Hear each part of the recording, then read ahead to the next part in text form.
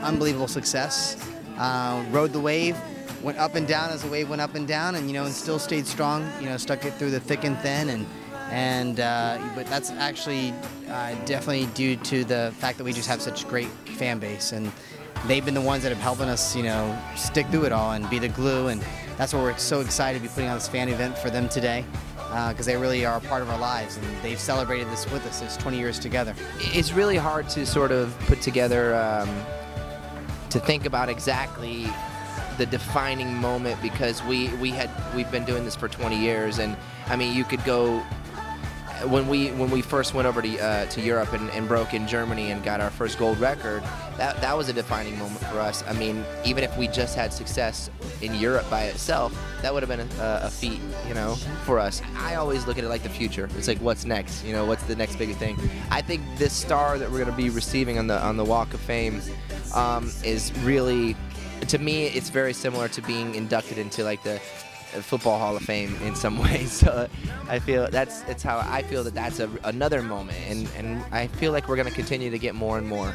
Every album that we make, we really put our heart and soul into it.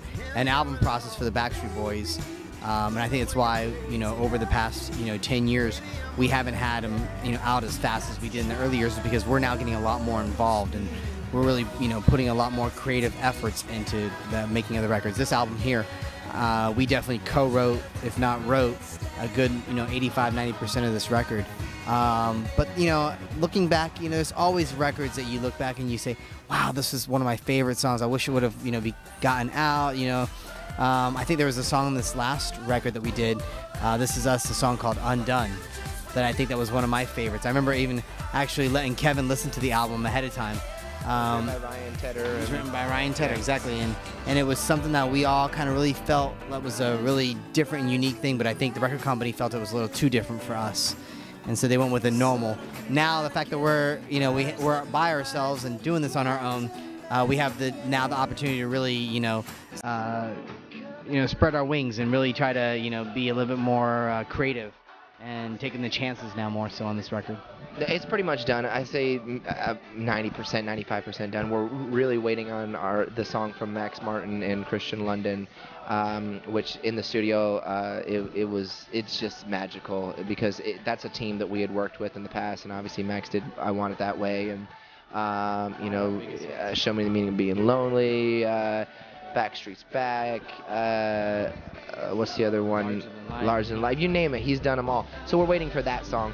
I was in some way pleasantly surprised, because I didn't listen to a lot of the demos for a while, and I was like, wow, I feel like we've really grown into some pretty darn good writers, and I think it was difficult for other people to A&R our project, because they didn't know where to take the boys. They didn't know where we could go. What kind of song can you give them? Well, you guys are over, 20 years, But we live it, and so now that we're writing our music, we see our path better than anyone else out there. We see what we could sound good singing better than anyone else out there, and it really it's pop music, but I think we represent, in my opinion, a special pop music that only we can do, and that's really what it still sounds like.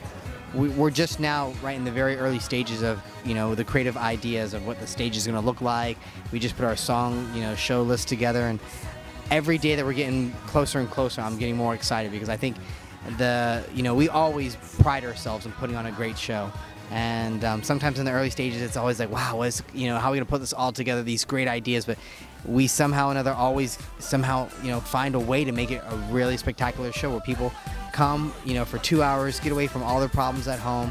We take them a trip down memory lane, as well as introduce the new record to them, which we're very proud of. Well, one that really was pretty amazing, we went down to Rio, and we were doing promotion for our Black and Blue record, And so we hopped on this plane and went all around the world, and literally got off for about a couple hours in Tokyo, then flew to Australia, then flew to Cape Town, South Africa, and we're able to really hit all these different areas. And so we went to Rio, and we hopped in this bus, and there was, I'd say, 300,000 people in the streets. And when you look at the, literally in the streets. So our bus could barely move through the crowd. We finally got to the hotel, and we wanted to see all the fans. So we went to the top of the hotel and tried to sing a song, and like wave to them from the top of it. And it just looked like a sea of over hundreds of thousands of people, and that was pretty memorable in my opinion.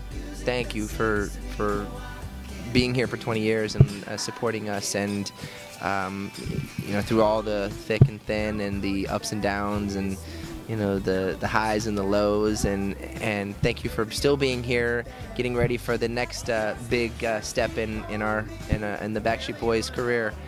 New album, new tour, all these different things. We hope you are excited as we are to present it to you guys.